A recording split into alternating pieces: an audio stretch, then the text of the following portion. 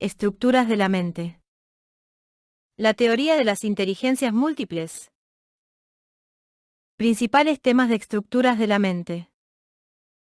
En la época en que escribí Estructuras de la mente, no había considerado hasta qué punto la mayoría de las personas mantiene dos suposiciones acerca de la inteligencia. La primera, que se trata de una capacidad general, única, que todo ser humano posee en mayor o menor medida, y que, sin importar cómo se defina, puede medirse mediante instrumentos estándar, tales como las pruebas escritas. Con el fin de ayudar a que los nuevos lectores se aproximen a la obra, y a que se abandonen estas ideas que aunque estén generalizadas son insostenibles, le pediré a usted que lleve a cabo dos experimentos mentales. En primer lugar, trate de olvidar que alguna vez oyó hablar del concepto de inteligencia como propiedad particular de la mente humana, o de ese instrumento denominado prueba de inteligencia, que supuestamente la mide de manera definitiva. En segundo lugar, recorra mentalmente el mundo y piense en todos los papeles o estados terminales, profesionales y de pasatiempo, que han sido objeto de encomio para las culturas de distintas épocas. Piense, por ejemplo, en los cazadores, pescadores, labriegos, chamanes, líderes religiosos, psiquiatras, jefes militares, líderes sociales, atletas, artistas, músicos, poetas, padres de familia y científicos. Considere de cerca los tres estados terminales con los que empiezo Estructuras de la mente, el marinero Purubat, estudiante del Corán y la compositora parisiense que trabaja en su computadora personal. En mi opinión, si hemos de abarcar adecuadamente el ámbito de la cognición humana, es menester incluir un repertorio de aptitudes más universal y más amplio del que solemos considerar. A su vez, es necesario permanecer abiertos a la posibilidad de que muchas de estas aptitudes, si no la mayoría, no se presten a la medición por métodos verbales que dependan en gran medida de una combinación de capacidades lógicas y lingüísticas. En virtud de lo anterior, he formulado una definición de lo que denomino una inteligencia, la capacidad de resolver problemas o de crear productos que sean valiosos en uno o más ambientes culturales. Se trata de una definición que nada dice acerca de las fuentes de tales capacidades o de los medios adecuados para medirlas. A partir de esta definición, y apoyándome en especial en pruebas biológicas y antropológicas, presento entonces 8 criterios distintos para definir una inteligencia. Como se establece en el capítulo 4, estos criterios comprenden desde el aislamiento de una facultad como resultado de una lesión cerebral hasta la susceptibilidad que puede mostrar cierta capacidad para codificar en un sistema simbólico. Más adelante, en la segunda parte del libro, describo con detalle las 7 inteligencias consideradas, las inteligencias lingüística y lógico-matemática, que de tantos privilegios gozan en las escuelas hoy en día, la inteligencia musical, la inteligencia espacial, la inteligencia sinestésico-corporal, y 2 formas de inteligencia personal, una que se dirige hacia los demás y otra que apunta hacia la propia persona. Después de presentar las inteligencias y describir sus respectivos modos de operación, expongo una crítica de la teoría según las deficiencias que me parecieron más evidentes en el momento de la redacción. Concluyo con algunas consideraciones acerca de cómo se desarrollan las inteligencias, o pueden llegar a hacerlo, dentro de una cultura, y de cómo se pueden utilizar en diversos ambientes educativos. Cuando se plantea una nueva teoría, a veces resulta útil indicar los enfoques a los cuales se opone de manera más radical. Esta innovación parece adquirir una importancia especial en vista de los críticos que no han podido, o no han querido, abandonar las perspectivas tradicionales. Presento 2 ejemplos a este respecto. En primer lugar, un anuncio para una prueba de inteligencia comienza de la siguiente manera. Necesita una prueba que proporcione con rapidez una medición estable y fidedigna de la inteligencia en 4 o 5 minutos por forma. Tiene 3 formas. No depende de la construcción verbal o del resultado subjetivo. Puede aplicarse a personas gravemente incapacitadas, o aún paralizadas, que sean capaces de responder sí o no. Se puede aplicar a niños mayores de 2 años y a adultos en los mismos lapsos de tiempo y con el mismo formato. Y continúa en el mismo tenor. Cualquiera que sea la utilidad de semejante prueba, puedo afirmar sin ambajes que su descripción constituye una ilusión acerca de las pruebas de inteligencia. Asimismo, dudo de igual modo de las afirmaciones en cuanto a que sea posible probar la inteligencia, sin importar lo que ésta sea, a partir de mediciones del tiempo de respuesta o de las ondas cerebrales. Que estas mediciones puedan relacionarse bien con los coeficientes de inteligencia es, en mi opinión, una razón más para ponerlos en tela de juicio. El segundo ejemplo proviene de una fuente más respetable, una célebre cita de Samuel Johnson. En alguna ocasión, el ilustre doctor definió el verdadero genio como una mente con grandes facultades generales, encauzada accidentalmente en una dirección particular. Aunque no dudo que algunas personas puedan tener el potencial necesario para destacar en más de un ámbito, me opongo resueltamente a la idea de las grandes facultades generales. En mi opinión, la mente tiene la capacidad de tratar distintos tipos de contenidos, pero resulta en extremo improbable que la capacidad de una persona para abordar un contenido permita predecir su facilidad en otros campos. En otras palabras, es de esperar que el genio, y a fortiori, el desempeño cotidiano, se incline hacia contenidos particulares. Los seres humanos han evolucionado para mostrar distintas inteligencias y no para recurrir de diversas maneras a una sola inteligencia flexible. Estudios de la inteligencia. Ya que me propongo situar mi obra dentro de la historia general de los esfuerzos por conceptualizar la inteligencia, considero útil dividir el continuo histórico en fases libremente secuenciales, las teorías legas, el enfoque psicométrico común, la pluralización y la jerarquización. Teorías legas. Durante casi toda la historia de la humanidad no hubo una definición científica de la inteligencia.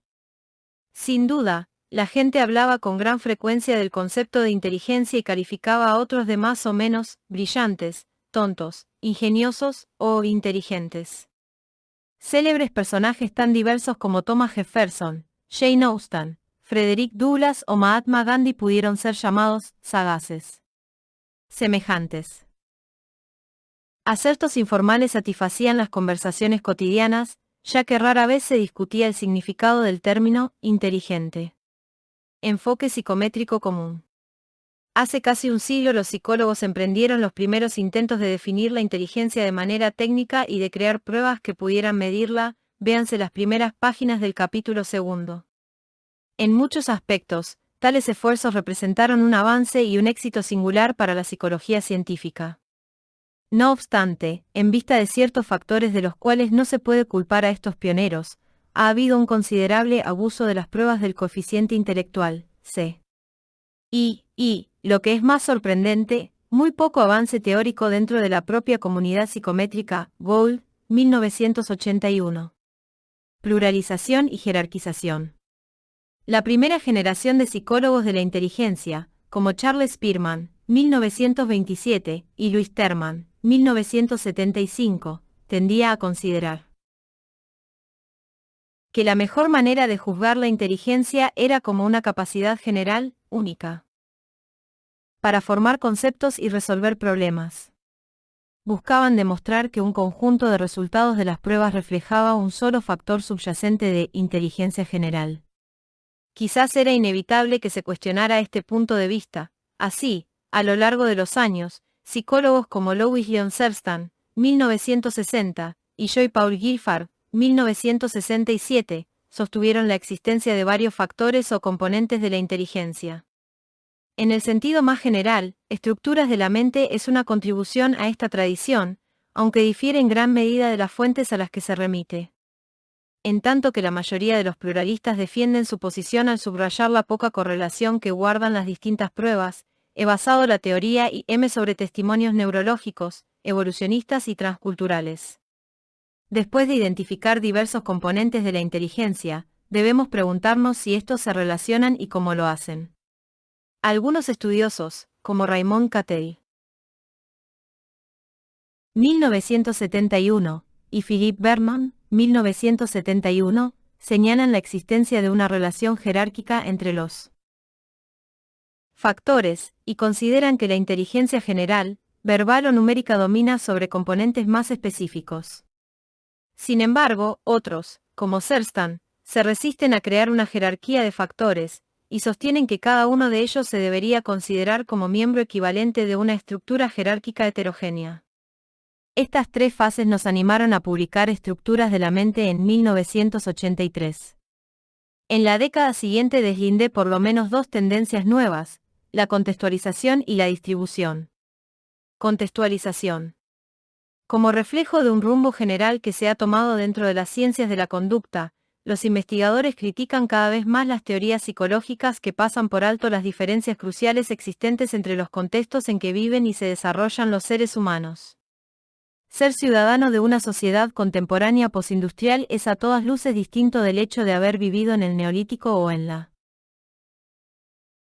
época de Homero, o, para el caso, de ser alguien que hoy día vive en un medio analfabeto o subdesarrollado. En vez de suponer que tenemos una inteligencia independiente de la cultura en que nos toca vivir, hoy muchos científicos consideran la inteligencia como el resultado de una interacción, por una parte, de ciertas inclinaciones y potencialidades y, por otra, de las oportunidades y limitaciones que caracterizan un ambiente cultural determinado. Según la influyente teoría de Robert Sternberg, 1985, una parte de la inteligencia está constituida por la sensibilidad que poseemos para reaccionar a los contenidos variables que nos rodean. En planteamientos más radicales inspirados en la obra del psicólogo soviético Lev Vygotsky, 1978, algunos investigadores estudian las diferencias entre las culturas y las prácticas sociales, más que las diferencias entre los individuos. Lave, 1988. Distribución. Aunque la idea de distribución nos recuerda la de contextualización, una visión distribuida se centra en la relación de la persona con las cosas / objetos en un ambiente inmediato, y no en las estructuras y en los valores de un contexto o una cultura más general. En la visión tradicional, centrada en el individuo, a la que se adhirieron las tres primeras fases de la teoría, la inteligencia de cada quien está contenida en su propia cabeza. En principio, dicha inteligencia podía ser medida por sí sola. De acuerdo con la visión distribuida, la inteligencia individual es tan inherente a los artefactos y a los individuos que la rodean como al cráneo que la contiene. Mi inteligencia no termina en mi piel, antes bien, abarca mis herramientas, papel, lápiz, computadora, mi memoria documental, contenida en archivos, cuadernos y diarios, y mi red de conocidos, compañeros de oficina, colegas de profesión y demás personas a quienes puedo telefonear o enviar mensajes por medios electrónicos. Un libro, Distributed Cognitions, establece los principios esenciales de una visión distribuida. Salomon, 1996. Véase también el útil libro Perspectives on Socialist Shared Cognition publicado por Lauren Resnick y colegas, 1991. Con ayuda de la retrospección puedo señalar los indicios de contextualización y distribución que aparecen en la primera edición de Estructuras de la mente. Por ejemplo, al presentar la inteligencia espacial hice hincapié en el grado en que la manifestación de esa inteligencia se determina por las oportunidades que ofrecen las distintas culturas, que van desde la navegación hasta la arquitectura, la geometría y el ajedrez, así como en el valor de las diversas herramientas y las notaciones que desarrollan la inteligencia del niño en formación.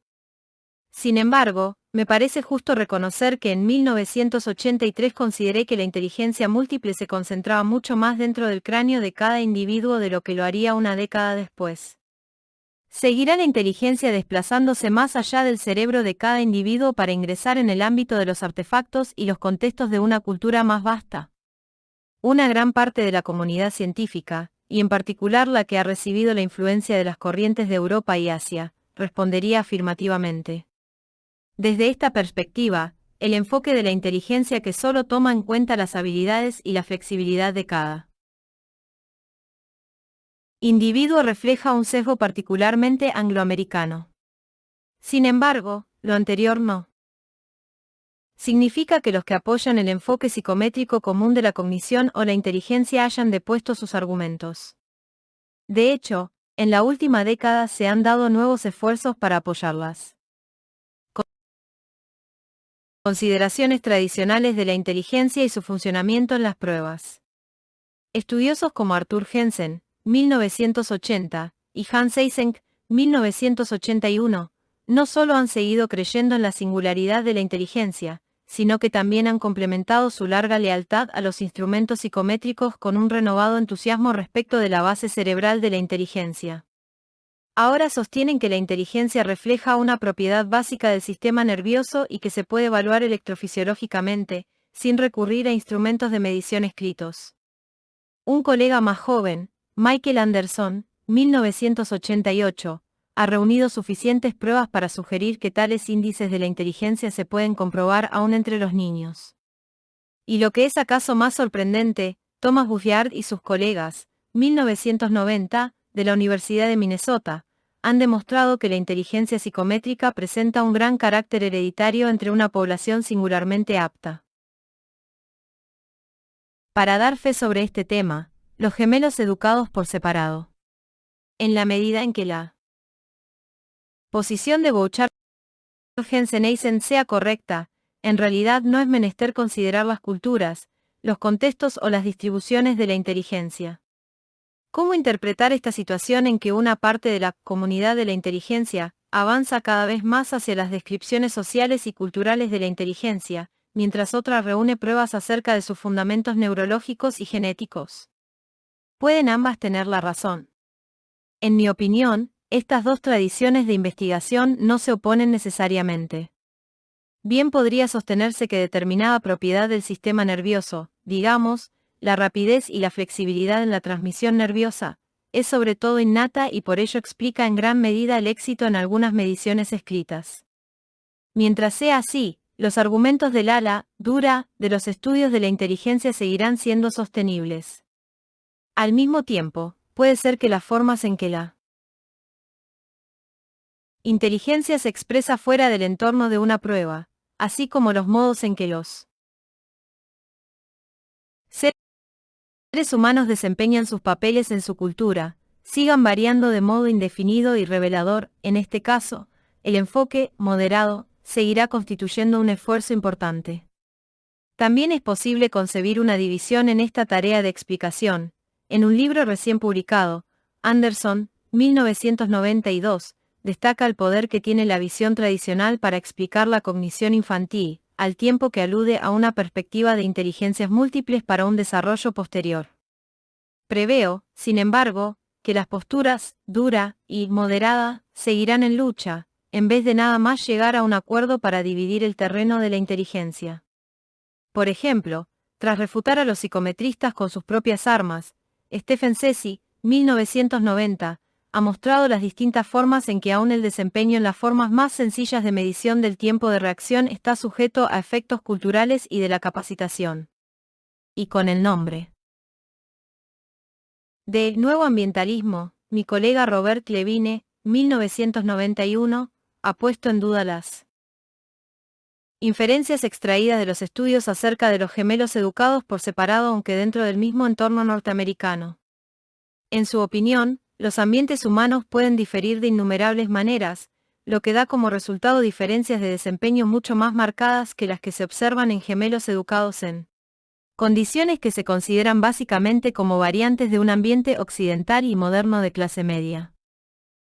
Estructuras de la mente y mi obra reciente. Como lo he indicado, gran parte de la obra que mis colegas y yo emprendimos en la década pasada ha analizado las implicaciones educativas de la teoría de las primeras M. Véase Gardner, 1993. En particular, hemos intentado tomar en cuenta las diferencias en los perfiles de inteligencia dentro del ámbito educativo.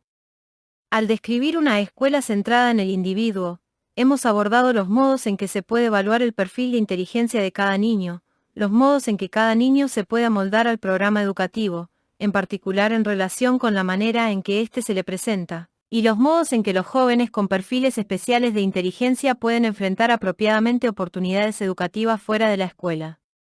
Gran parte de nuestros esfuerzos recientes se ha encaminado al desarrollo de medios de evaluación que hagan justicia a la inteligencia, que permitan medir los valores intelectuales sin pasar por la óptica del lenguaje y la lógica, como es menester en las mediciones escritas. Al comienzo, juzgamos que sería posible, y deseable, tratar de medir la inteligencia de un individuo en forma pura, hasta crear algo semejante a un perfil de inteligencia dividido en 7 vertientes. Sin embargo, a medida que fuimos aceptando las perspectivas de contextualización y distribución, nos pareció poco recomendable, y acaso imposible, intentar medir la inteligencia pura. Como lo vemos ahora, las inteligencias se expresan siempre en el contexto de tareas, disciplinas y ámbitos específicos. No existe la inteligencia espacial pura, en su lugar hay una inteligencia espacial tal como se manifiesta en la manera en que un niño resuelve una adivinanza, encuentra un camino, ensambla un modelo para armar o manda un pase de basquetbol. Por la misma razón, los adultos no manifiestan directamente su inteligencia espacial, sino que son jugadores de ajedrez, artistas o geómetras más o menos diestros. De este modo, haremos bien en evaluar las inteligencias ya sea al observar a las personas que ya conocen estas actividades o cuentan con ciertas capacidades, o al introducir algunos individuos en tales ámbitos y observar cómo superan su condición de principiantes con o sin ayudas o instrumentos específicos. Este cambio en la filosofía de la medición refleja lo que probablemente sea el avance conceptual más importante de la teoría de las primeras M, la distinción entre inteligencias, ámbitos y campos. En su formulación original, estas distinciones no se plantearon con propiedad, lo que provocó confusión entre los lectores, y lo que no es menos frecuente, en mi propia forma de pensar. Sin embargo, el trabajo conjunto que he efectuado con David Feldman, 1980, 1986, y Mihaly Csikszentmihalyi, 1988, me ha proporcionado una taxonomía bien fundamentada. En lo individual, es conveniente hablar de una o más inteligencias humanas, o de tendencias intelectuales del hombre que forman parte de nuestras facultades. Estas inteligencias se pueden concebir en términos neurobiológicos.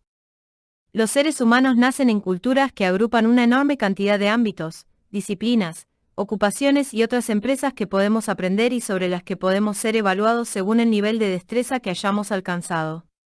Desde luego, si bien en los ámbitos participan los seres humanos, también se pueden considerar de una manera impersonal, esto porque, en principio, la experiencia en un ámbito se puede contener en un libro, un programa de computación o alguna otra clase de artefacto. Aunque entre las inteligencias y los ámbitos existe una relación, es determinante no confundir ambos niveles.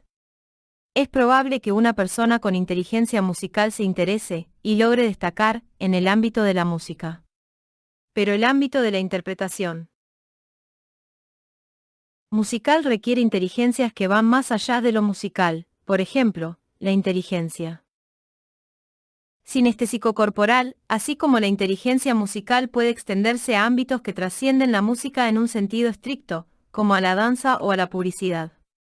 De modo más general, casi todos los ámbitos requieren destreza en un conjunto de inteligencias, y toda inteligencia se puede aplicar en un amplio abanico de ámbitos culturales. Durante la etapa de socialización, el vínculo se da principalmente entre el individuo y los ámbitos de la cultura. Pero una vez que alguien alcanza cierta destreza, el campo adquiere gran importancia. El campo, un constructo sociológico, comprende a la gente, las instituciones, los mecanismos de premiación y todo lo que hace posible emitir juicios acerca de la calidad del desempeño personal. En la medida en que un campo nos juzgue competentes, es probable que tengamos éxito en él. Por otra parte, si el campo es incapaz de evaluar nuestro trabajo, o si lo juzga deficiente, entonces se verán radicalmente coartadas nuestras oportunidades de éxito.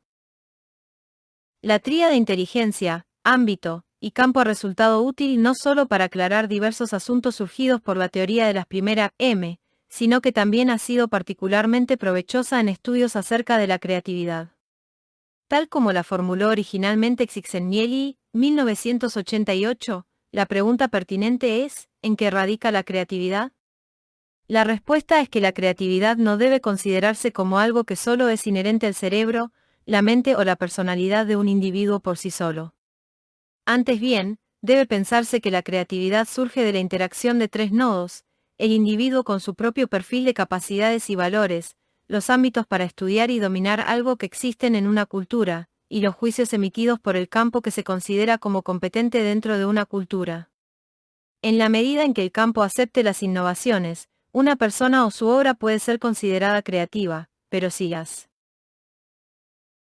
Innovaciones se rechazan, malinterpretan o juzgan poco novedosas, resulta inútil seguir sosteniendo que un producto sea creativo. En el futuro, desde luego, el campo puede optar por modificar sus juicios iniciales. Cada experto que ha trabajado con este planteamiento lo ha aprovechado de manera distinta. En mi caso, he definido al individuo creativo de un modo semejante a mi definición de inteligencia. En especial, el individuo creativo es quien resuelve regularmente problemas o inventa productos en un ámbito, y cuyo trabajo es considerado innovador y aceptable por los miembros reconocidos de un campo. Con base en esta definición, he estudiado a 6 hombres y una mujer que a principios del siglo XX fueron decisivos para formular la conciencia moderna de Occidente. Cada uno de ellos, Sigmund Freud, Albert Einstein, Igor Stravinsky, Pablo Picasso, T.S. Eliot, Martha Graham y Mahatma Gandhi, ejemplifica una de las 7 inteligencias, Gardner, 1993b.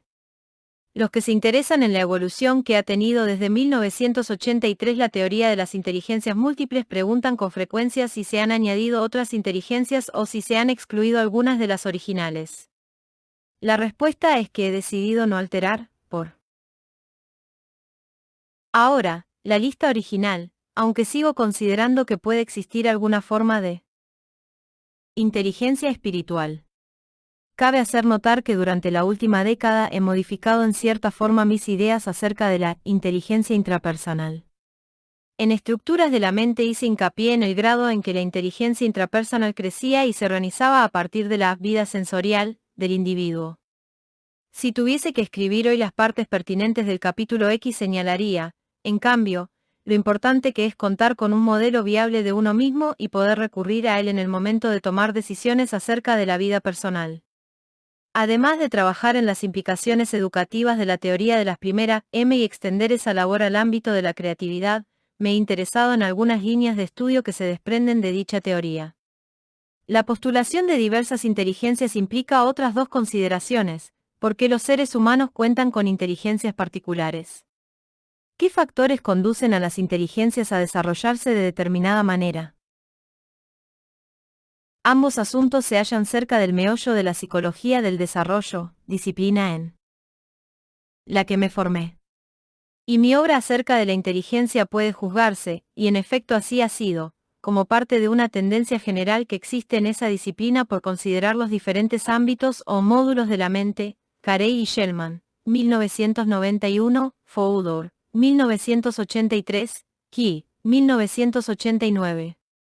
Uno de los resultados de esta investigación ha sido el esfuerzo por precisar las distintas limitaciones que operan en los ámbitos de la mente, por ejemplo, indicar las clases de suposiciones que hacen los infantes acerca del ámbito del número o de la causalidad, las estrategias a las que, de modo natural, recurren los niños que empiezan a andar al aprender la lengua materna, y el grupo de conceptos que los niños forman con facilidad a diferencia de los que les son casi imposibles de formar. La investigación de las imitaciones ha revelado que al final de la primera infancia los niños ya han desarrollado teorías profundas y arraigadas acerca de los mundos inmediatos que los rodean, el mundo de los objetos y las fuerzas físicas, el mundo de los seres vivos, y el mundo de los hombres, incluidas sus mentes. Es sorprendente, y en oposición a los acertos del gran desarrollista Jean Piaget, Masan y Kessan, 1983, que estos ingenuos conceptos y teorías resulten difíciles de modificar, no obstante los años de educación escolar. Y con frecuencia sucede que la mente de un niño de 5 años de edad no sufre alteración alguna por las experiencias de la escuela. En The Unschooled Mind, 1991, ejemplifico la fuerza de estas limitaciones al mostrar que en cada materia del programa escolar sigue dominando la mente del niño de 5 años. En conjunto, el trabajo con las inteligencias múltiples y el trabajo con las limitaciones de la mente crean una visión del ser humano radicalmente distinta de la que se solía tener hace una generación. En el apogeo de la psicometría y el conductismo, en general se creía que la inteligencia era una entidad única hereditaria y que los seres humanos, al comienzo, una tabula rasa, podían ser capacitados para aprender cualquier cosa, siempre que se presentase de modo apropiado. En la actualidad, un creciente número de investigadores considera precisamente lo opuesto, que existe una multitud de inteligencias bastante independientes entre sí, que cada inteligencia tiene sus propias ventajas y limitaciones, que la mente se halla lejos de estar libre de trabas en el momento del nacimiento, y que es muy difícil enseñar cosas que vayan en contra de las antiguas teorías, ingenuas, o que desafíen las líneas naturales de la fuerza de una inteligencia y sus ámbitos correspondientes. A primera vista, semejante diagnóstico parecería la sentencia de muerte de la educación formal. Para empezar, ya es bastante difícil enseñar a una inteligencia, ¿qué decir respecto a 7? Si de por sí es en extremo difícil formar a una persona, aun cuando todo pueda ser enseñado, ¿qué hacer cuando existen límites bien definidos y profundas limitaciones en la cognición y el aprendizaje humanos? Sin embargo, en realidad la psicología no rige directamente la educación. Egan, 1983, solo nos ayuda a entender las condiciones en que ésta se lleva a cabo. La limitación de una persona puede ser la ventaja de otra. 7 tipos de inteligencia darían lugar a 7 formas de enseñanza. Y no solo a una. Y cualquier limitación considerable de la mente puede modificarse a fin de presentar un concepto particular, o todo un sistema de pensamiento, de tal modo que los niños tengan más probabilidades de aprenderlo y menos de deformarlo. Es paradójico que las limitaciones puedan ser sugestivas y, a la postre, liberadoras. Objeciones a la teoría de las inteligencias múltiples. En el curso de una década de análisis se han planteado innumerables objeciones a la teoría de las primeras M, y he contado con igual número de oportunidades para intentar responder a ellas. Ya que algunas de estas objeciones y respuestas ya se habían previsto en el capítulo 11, y se analizaron en múltiples intelligences, de Theory in Practice, abordaré aquí los que para mí son los asuntos más importantes: la terminología, la relación entre las inteligencias, la inteligencia y los estilos, los procesos de las inteligencias y los riesgos de repetir los errores de la medición de la inteligencia. Terminología. A pesar de reconocer de buen grado la existencia de distintas capacidades y facultades, muchas personas se oponen al uso de la palabra inteligencia. Es posible hablar de talentos, sostienen, pero la inteligencia se debería reservar para tipos más generales de capacidad. Desde luego, las palabras se pueden definir de la manera que más nos agrade. Sin embargo, al formular una definición precisa de la inteligencia, solemos menospreciar las capacidades que no queden dentro del límite de esa definición. De este modo, los bailarines o los jugadores de ajedrez pueden ser talentosos pero no inteligentes. En mi opinión, es correcto afirmar que la música o la capacidad de desplazarse en el espacio son talentos, en la medida en que también llamemos talento al lenguaje o a la lógica. Pero me opongo a la creencia injustificada de que ciertas capacidades humanas se pueden juzgar arbitrariamente como inteligencia mientras otras no. Correlación entre las inteligencias. Algunos críticos me han recordado que en general existen relaciones positivas, la llamada diversidad positiva, entre las pruebas de las distintas facultades, por ejemplo, el espacio y el lenguaje. En forma más amplia, dentro de la psicología casi toda prueba de capacidad se vincula con otras, por lo menos de algún modo. Este hecho tranquiliza a los que sostienen la existencia de una inteligencia general. No puedo aceptar estas correlaciones como algo evidente. Casi todas las pruebas actuales se idearon para destacar principalmente facultades lingüísticas y lógicas. A menudo, la mera forma en que se plantea una pregunta puede orientar a los que contestan la prueba. Por consiguiente, es de suponer que una persona que reúna las habilidades para aprobar instrumentos semejantes podrá salir relativamente bien incluso en exámenes de destreza musical o espacial, mientras que otra que carezca de una especial facilidad lingüística o lógica tal vez falle en las pruebas estándar, aun cuando tenga habilidades en las áreas que supuestamente se están examinando. La verdad es que aún desconocemos en qué medida se relacionan las diversas inteligencias, o como lo diría ahora, ejemplos concretos de distintas inteligencias.